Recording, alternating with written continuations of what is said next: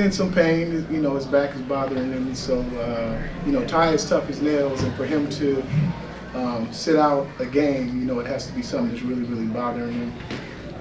So we're in constant communication with him throughout the game, and the guys, you know, they stayed with it. Tonight was a game that was tough. It was all about perseverance, and you know, all the way down to the last shot. Kawhi had a tough night shooting the ball, but you know, I still put my money on him with the ball in the free throw area, making a play for us, and one that we really needed. He got it done for us. You know, James kept us in there, you know, throughout the second half, just making plays as he does. And so, you know, that's when you have two special guys like that, that's what you want them to do. And obviously you guys come home after a rough 8-game road trip that you guys had. Does it feel like things have, you know, turning around for you guys? I don't know if I don't know if I'll say that. I mean, look, we're in you know, in the confines of our arena where we're a lot more comfortable. You know, obviously the schedule hasn't been too kind for us. You know, going back to our last game before All-Star break, being on the road, having that game added, and then starting out on the road.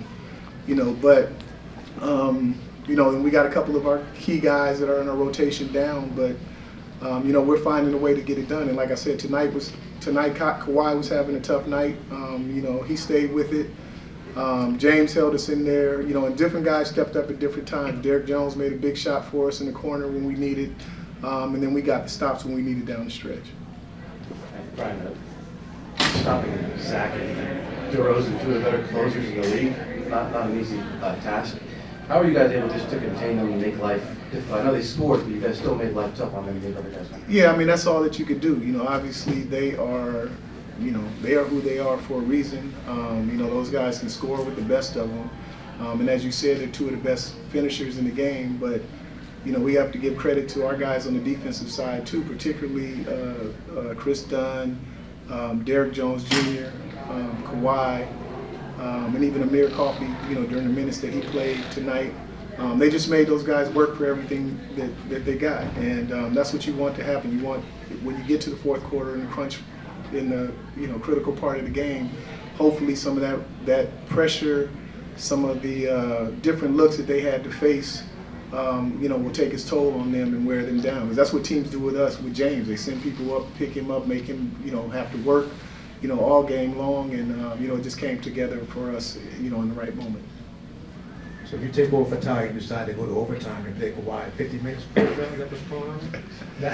Hey, they were in constant communication with me about his minutes, you know, and what have you. So when I knew I only had a couple minutes in the overtime, you know, so we started him, got him out, and then, you know, got him back in the game. But, you know, like I said, when, you know, that last time out, you know, we're down one, and, you know, we ran the play, crossed everybody over the top to throw the ball at Kawhi at the free throw line. I told him to make sure that he takes the last shot. You know, so win or lose, we're going to go down, you know, having the ball last. Some of the other guys were kind of confused because I think I communicated that to Kawhi, but I didn't communicate it to everybody else. So everybody was waiting for him to do something, and he was just holding the ball patiently and, you know, got to his spot.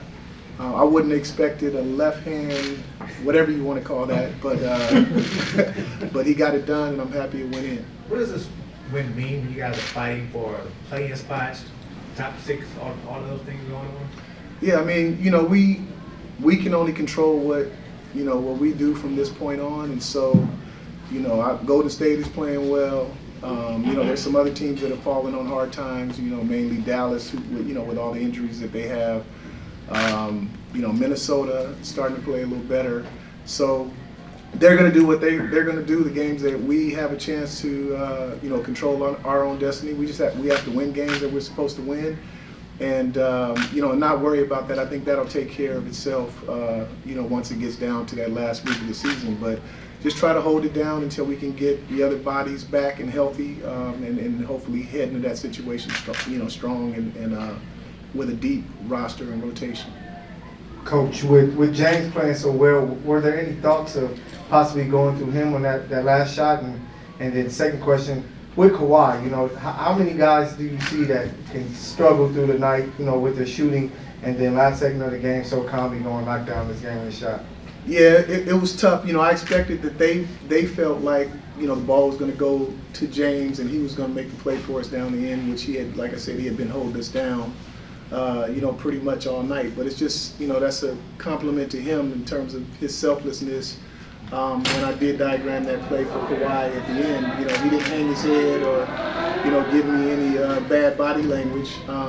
You know, I think he was confident with Kawhi, you know, shooting that shot, you know, from his spot. And so I think that threw them off a little bit as well, you know, because Kawhi didn't have it going. But I thought all the shots that he took were good shots. They just didn't go in. And so I played the odds that, you know, the next one would be going in. Coach to you, right? Coach, how good was it knowing that the only thing you lost today was 1 hour due to daylight savings time? And that got me and probably a few of us this morning.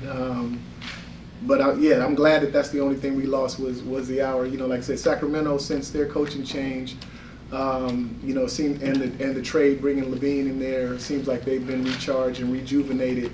We knew it was going to be a tough game, and we wanted to leave out of here tomorrow, you know, with a win in hand, going on the road, and see what we can do out there. Coach, right here, Coach. In regards to Ivica Zubac, just his presence again today, another double-double for him. Can you just speak on Zubac, just his dominance down low as he's been progressing this whole season? Yeah, you know, I was with Zoo his first 3 years when he was with the Lakers, and so I've seen his progress, you know, over the years, and I think that he's at a point now where the game is really starting to slow down for him.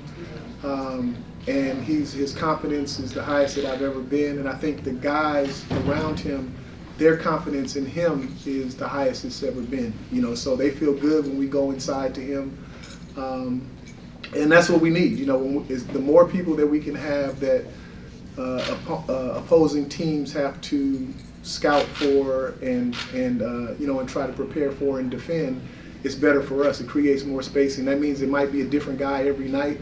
But one thing that I know we can count on with Zoo is that you're going to get a double-double, you know, on every night. You're going to get at least 10 points and you're going to get at least 10 rebounds and an efficient shooting percentage when we get the ball down to him in his spots. And so we just have to keep feeding that, keep building his confidence, and keep building the other guys' confidence in him when we go inside to him, and just keep learning to play off of each other when he does have the ball, because that creates other openings for us that we really haven't had in the past. Brian, back here, do you know if Ty was watching from home, and did he text at halftime or anything? Yeah, he was talking to a couple of the other coaches. He was watching at home. They FaceTimed him after the game was over, and he looked like he was having a heart attack, feeling the same way that we felt out there, you know, not knowing how it was going to go. But he was happy for us, and we're all wishing that you know, the pain that he's dealing with in his back goes away, and we can get him back ASAP. And Coach, in that fourth quarter, Sacramento extended their defense, and it seemed like you guys struggled with it, and they threw you guys timing off on offense. What was it that Sacramento was doing that was allowing them to push the lead because they ultimately got up 97-90. You guys ultimately came back, but it seemed like that extension on defense is what took you guys out of your offense and put you guys behind. How are you guys able to combat that? Yeah, I mean, once James got, you know, when we took James out of the game to start the fourth quarter, you know, our main ball handler was Bogey.